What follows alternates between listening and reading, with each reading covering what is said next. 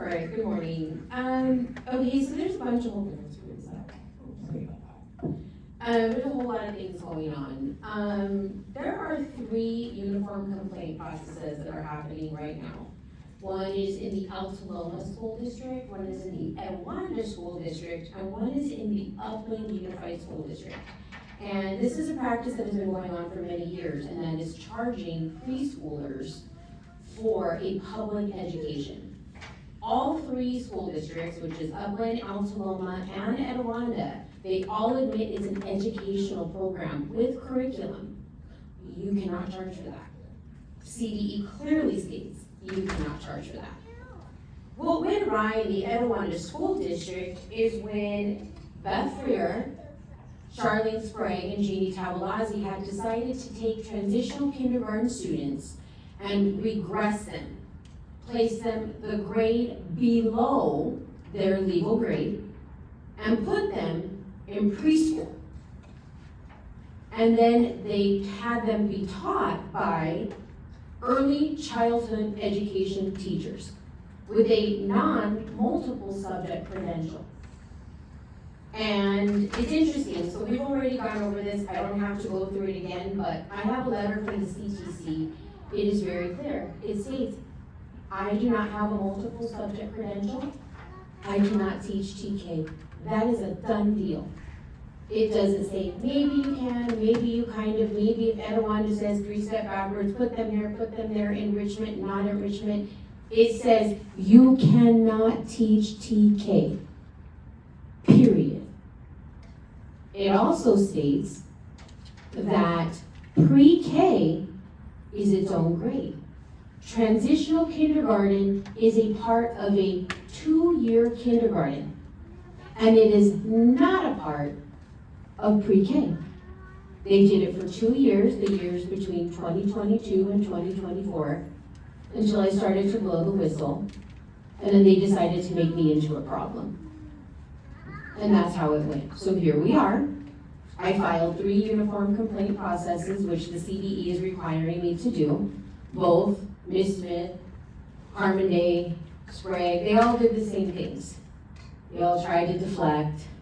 Let's get you into a meeting so we can talk, so that way they can take their own written narratives. The uniform complaint process is not for the parents. It's for the schools. And I'm glad these people are here to know that.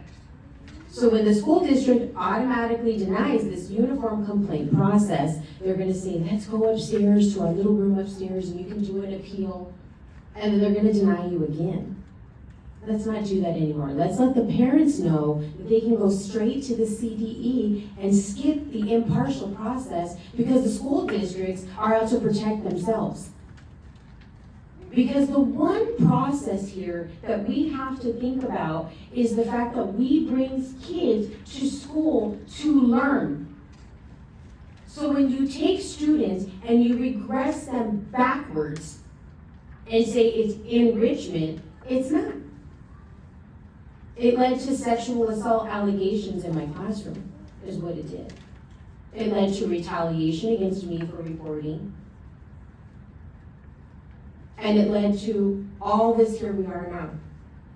So Etiwanda decided, at least Upland and Altaloma are doing this thing. Of course, they're putting up all their little blinders, but at least they're going through the process.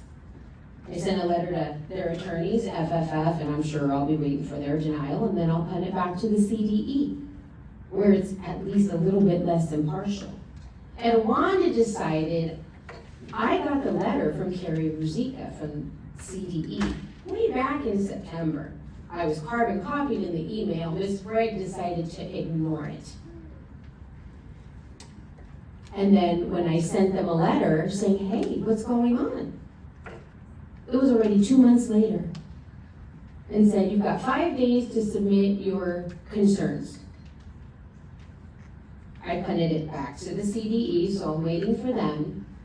In the meantime, they sent me a response with no investigator named, denied everything. So let's think here for a second. Etiwanda has decided to say CDE is a liar. And CTC, because They said, Ms. Jensen, you have a early childhood education teacher permit. You cannot teach it. And they're saying, yeah, you can, when it works for us. And then when those issues become safety issues for kids, you're a problem too. And then you know what else she does? She sends a letter to every Etiwanda student and every Etiwanda parent saying, I have an agenda. But my documentation says otherwise. We'll just skip the fact that my daughter was retaliated for your little cute letter. That's how it works here. We don't care about kids. We care about protecting ourselves. We've got some interesting little retirements, huh? Interesting. So what I'm gonna go ahead and do is I let CDE know that the Etiwanda School District, I sent them the complaint without an investigator. Basically stating, oh yeah, everything is good here.